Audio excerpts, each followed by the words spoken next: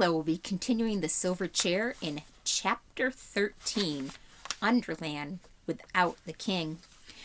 All felt that they had earned what Scrub called a breather. The witch had locked the door and told the Earthmen not to disturb her, so there was no danger of interruption for the present. Their present business was, of course, Puddleglum's burnt foot. A couple of clean shirts from the prince's bedroom, torn into strips and well greased on the inside with butter and salad oil off the supper table, made a fairly good dressing.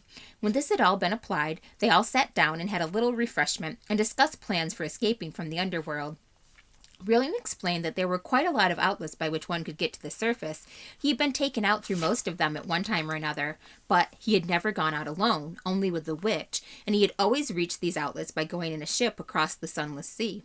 What the Earthman would say if he went down to the harbor without the witch and with 4 strangers and simply ordered a ship, no one could guess. But most likely they would ask awkward questions. On the other hand, the new outlet, the one for the invasion of Overworld, was on this side of the sea and only a few miles away. The prince knew that it was nearly finished. Only a few feet of earth divided the diggings from the outer air. It was even possible that it had now been quite finished. Perhaps the witch had come back to tell him this and to start the attack. Even if it was not, they could probably dig themselves out by that route in a few hours if they could only get there without being stopped, and if only they found the diggings unguarded. But those were the difficulties. "If you ask me," began Puddleglum, when Scrub interrupted. "I say," he asked, "what's that noise?" "I've been wondering that for some time," said Joe. They had all, in fact, been hearing the noise, but it had begun and increased so gradually they did not know when they had first noticed it. For a time it had been only a vague disquiet like gentle winds or traffic very far away. Then it swelled to a murmur like the sea. Then came rumblings and rushings. Now there seemed to be voices as well, and also a steady roaring that was not voices. "By the light," said Prince Rilian, "it seems this silent land has found a tongue at last." He rose, walked to the window, and drew aside the curtains. The others crowded round him to look. The very first thing they noticed was a great red glow. Its reflection made a red patch on the roof of the underworld thousands of feet above them, so that they could see a rocky ceiling which had perhaps been hidden in darkness ever since the world was made. The glow itself came from the far side of the city, so that many buildings, grim and great, stood up blackly against it, but it also cast its light down many streets that ran from it towards the castle. And in those streets something very strange was going on. The closely packed, silent crowds of Earthmen had vanished.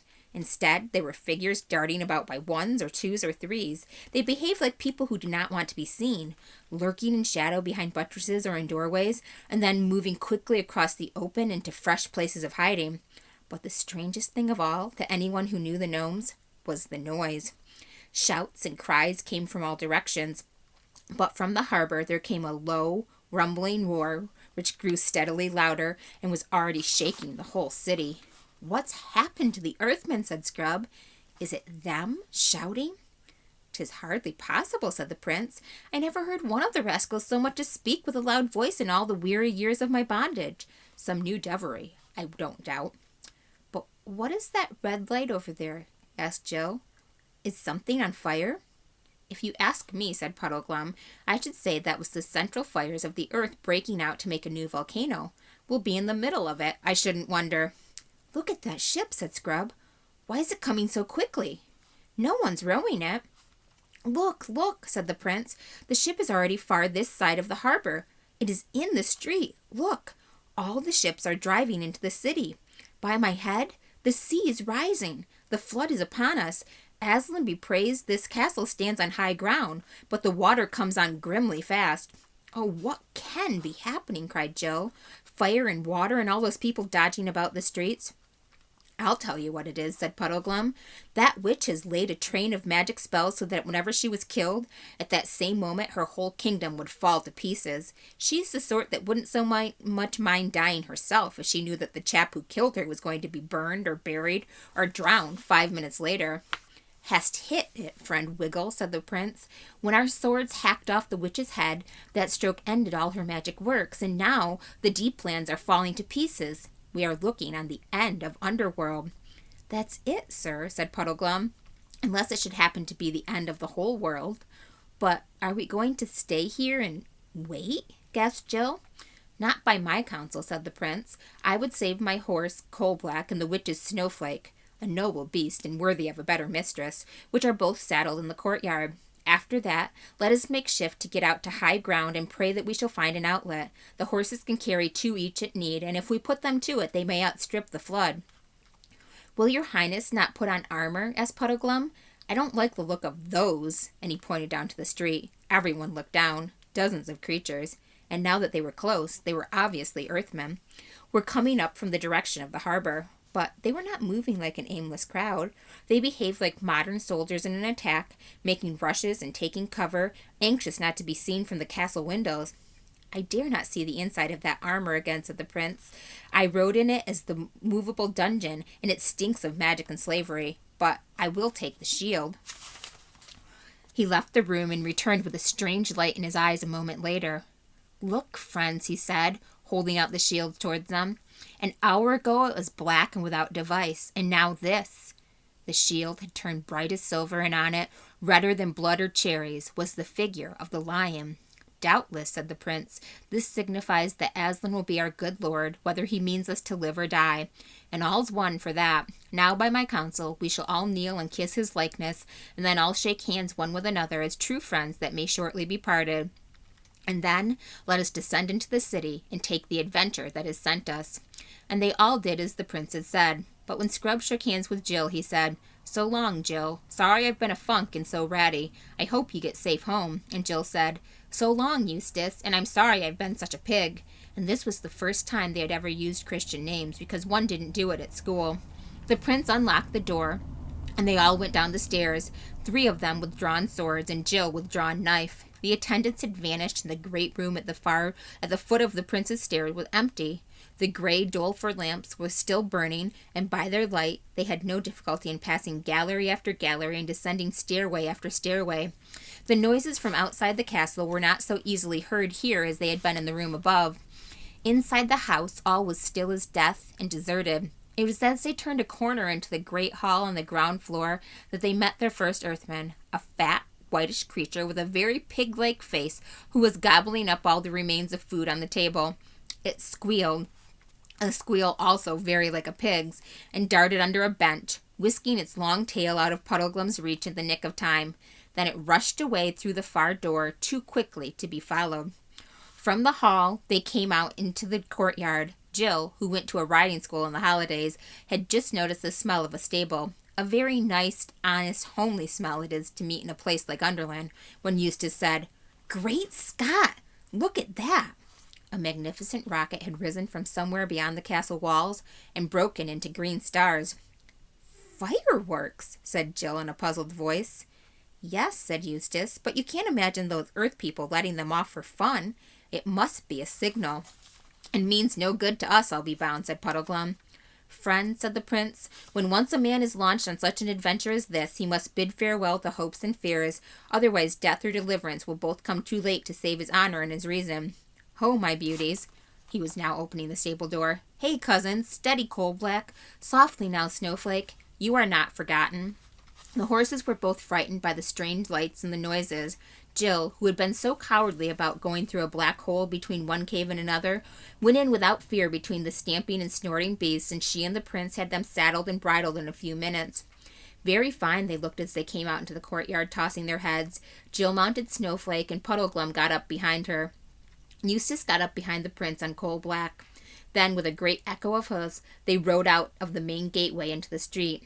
Not much danger of being burnt, that's the bright side of it, observed Puddleglum, pointing to their right. There, hardly 100 yards away, lapping against the walls of the houses, was water.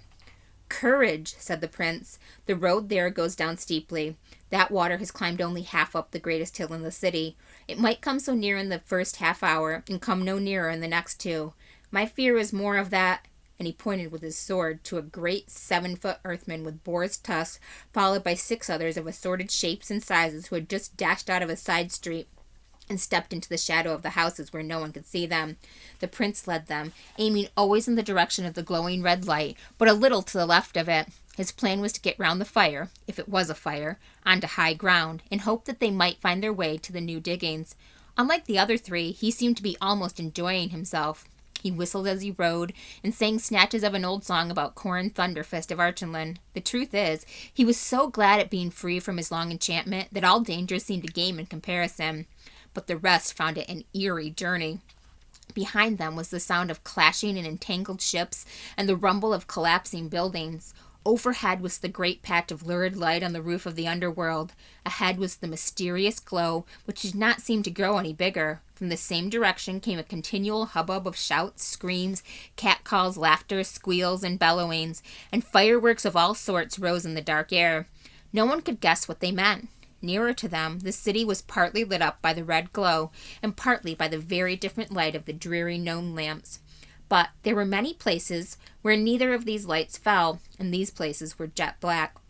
And in and out of those places the shapes of Earthmen were darting and slipping all the time, always with their eyes fixed on the travelers, always trying to keep out of sight themselves. There were big faces and little faces, huge eyes like fishes' eyes and little eyes like bears'. There were feathers and bristles, horns and tusks, noses like whipcord, and chins so long they looked like beards. Every now and then a group of them would get too big or come too near. Then the prince would brandish his sword and make a show of charging them, and the creatures, with all manner of hootings, squeakings, and cluckings, would dive away into the darkness. But when they had climbed many steep streets and were far away from the flood and almost out of the town on the inland side, it began to be more serious. They were now close to the red glow and nearly on a level with it, though they still could not see what it really was. But by its light they could see their enemies more clearly. Hundreds, perhaps a few thousands of gnomes were all moving towards it, but they were doing so in short rushes, and whenever they stopped, they turned and faced the travelers. "If your highness asked me," said Puddleglum, "I'd say those fellows were meaning to cut us off in front." "That was my thought too, Puddleglum," said the prince, "and we can never fight our way through so many. Hark you, let us ride forth close by the edge of yonder house, and even as we reach it, do you slip off into its shadow. The lady and I will go forward a few paces. Some of those devils will follow us, I doubt not. They are thick behind us. Do you, who have long arms, take one alive if you may as it passes your ambush. We may get a true tale of it, or learn what is their quarrel against us." "But won't the others all come rushing at us to rescue the one we catch?" said Jill in a voice not so steady as she tried to make it. "Then, madam," said the prince, "you shall see us die fighting around you, and you must commend yourself to the lion. Now, good Puddleglum." The Marshwiggle slipped off into the shadow as quickly as a cat. The others, for a sickening minute or so, went forward at a walk. Then suddenly, from behind them, there broke out a series of blood-curdling screams, mixed with the familiar voice of Puddleglum, saying, "Now then, don't cry out before you're hurt, or you will be hurt. See? Anyone would think it was a pig being killed." "That was good hunting," exclaimed the prince, immediately turning coal-black and coming back to the corner of the house. "Eustace," he said, "of your courtesy, take coal-black's head." Then he dismounted, and all three gazed in silence while Puddleglum pulled his catch out into the light. It was a most miserable little gnome, only about 3 feet long. It had a sort of ridge like a coxcomb, only hard, on the top of its head, little pink eyes, and a mouth and chin so large and round that its face looked like that of a pygmy hippopotamus. If it had not been in such a tight place, they would have burst into laughter at the sight of it. "Now, Earthman," said the prince, standing over it and holding his sword point very near the prisoner's neck, "speak up like an honest gnome, and you shall go free. Play the knave with us, and you shall be but a dead Earthman. Good Puddleglum, how can it speak while you hold its mouth tight shut?" "No, and it can't bite either," said Puddleglum. "If I had the silly soft hands that you humans have, saving your highness's reverence, I'd have been all over blood by now. Yet even a Marshwiggle get tired of being chewed." "Sirrah," said the prince to the gnome, "one bite and you die. Let its mouth open, Puddleglum." "Awee!" squealed the Earthman. "Let me go! Let me go! It isn't me! I didn't do it!" "Didn't do what?" asked Puddleglum. "Whatever your honors say I did do," answered the creature. "Tell me your name," said the prince, "and what you Earthmen are all about today." "Oh, please, your honors, please, kind gentlemen," whimpered the gnome. "Promise you will not tell the Queen's Grace anything I say." "The Queen's Grace, as you call her," said the prince sternly, "is dead. I killed her myself." "What?" cried the gnome, opening its ridiculous mouth wider and wider in astonishment. "Dead? The witch dead? And by your honor's hand?" It gave a huge sigh of relief and added, "Why, then, your honor is a friend." The prince withdrew his sword an inch or so. Puddleglum let the creature sit up. It looked round on the 4 travelers with its twinkling red eyes.